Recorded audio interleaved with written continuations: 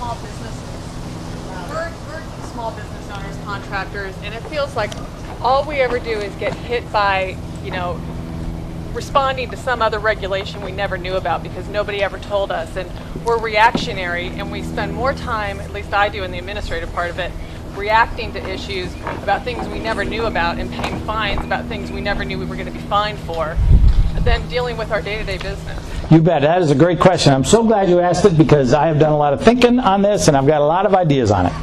In America, we have this three-legged monster, and you're aware of it. And that three-legged monster is killing American jobs and chasing them overseas with a stick. And that three-legged monster represents the worst job creating and keeping environment in the industrialized world. And that environment is right here in America.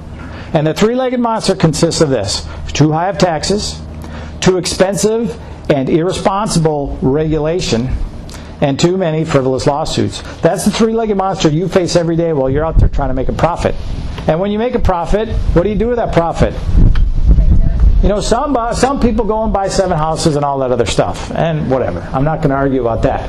But most successful businesses hire more people so they can make more profit.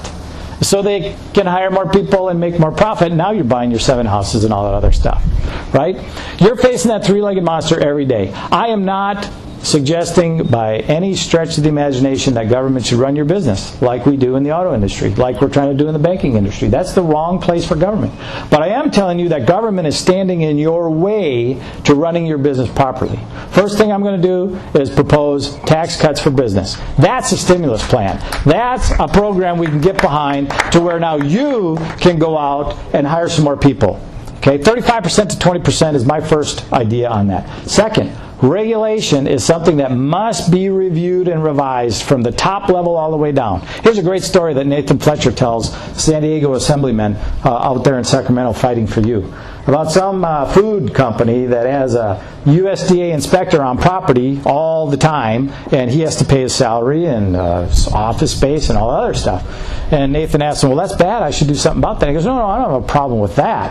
What I have a problem with is the city inspector, the county inspector, the local inspector that comes in and tells me to do something different.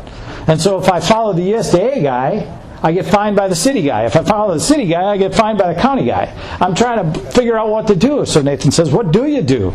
And he says, well, I put all these fines on the board, and whatever's cheapest is what I do. That's my business practice. That's got to stop. And there's a lot of other regulations out there. Another Nathan Fletcher story, but I've got lots of them. But I love this one. Lumber company. Regulation in California says that forklift you have is producing too many greenhouse gases. You have to get rid of it right now. So what does the company do? It sells the forklift, buys a brand new one, lays somebody off to afford the new forklift, right? And as soon as the forklift comes, it's got another $27,000 bill to upgrade that muffler again. More regulation, right? And where do you think that forklift went? The dump? It's no longer producing greenhouse gases. That regulation did its job and made the world a better place for everyone. Is that what happened? No. Did it go to China? Think they're making money off of us buying a cheap forklift? Did it go all the way to China? So at least it's their greenhouse gases. We don't have to worry about it, right? No, even though that's flawed. No, that forklift probably drove on the freeway itself all the way the 150 miles to Nevada. And now it's producing those greenhouse gases in Nevada. Did that regulation do what it was intended to do? Did it make the world a safer place from greenhouse gases? No, not at all. Did it cost that business profit? Did it cost that business a job and that person their livelihood? Yeah. Those are the kind of regulations we have to zero right in on and get rid of. It's ridiculous. Government should make sense. It shouldn't be so complicated and complex to where you don't know how to follow the law. And then the last thing is, and I don't even think I need to talk about this, is frivolous lawsuits. Do you have insurance for that? Do you have a lawyer on staff? 10% of our gross goes to pay for insurance. 10%. Yeah, because somebody could come into your building, throw a grape on the floor and slip on it, and blame you. And then sue you. And your insurance company will look at it and say, well, how much are you asking? If it's not too much, I'll pay it. Doesn't matter the right or wrong of it. Two things we do for tort reform on that. One, loser pays. If you come with a frivolous lawsuit against me, and I have to pay my lawyer to defend it, and I win, you have to pay for my lawyer. Why should I pay for your frivolous lawsuit? Second, malice. We need to look at malice. Did I really try to do that to you in a negative way, or was it an accident? Was it just something that happened in life?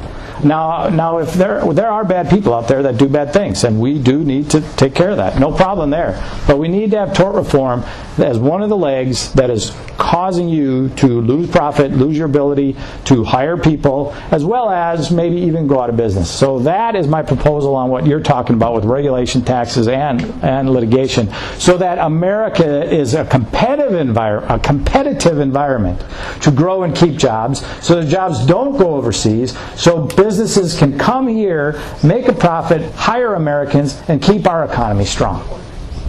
What else you got? Yes, sir. Hiring Americans. I'm listening and I'm hearing, the radical right, whatever they are, whoever they are, is saying that the radical left wants immigrants here so that they can vote. The radical left is saying that the right wants it so we can have cheap labor. And how do we just basically get somebody and get our laws enforced?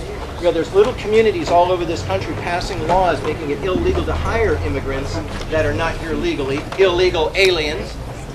What? They're getting attacked. Yeah, where's the law? I mean, I don't understand. We have all these laws. We have good laws on the books. I'm sorry, I don't mean to burglarize, but they're not enforcing the laws that are there. They're making more laws and they're tacking on garbage on the end of these bills. Yeah, immigration is a hot topic, and it should be. And this country has big problems, and it needs big ideas and big solutions. And it needs leaders willing to lead and propose these, take the risk to go forward. And here's my big idea, my big risk, if you will, my leadership of where I think the country should go. Immigration. I have worked next to illegal immigrants as a college student in a landscaping business, and they kicked my butt every day as a college kid at the height of my physical peak. They work hard. We have family that has an almond ranch in the Central Valley, and we rely on immigrant workers, and I will say they usually get the green card and all that stuff is legal, so don't go after me on that side. But anyways,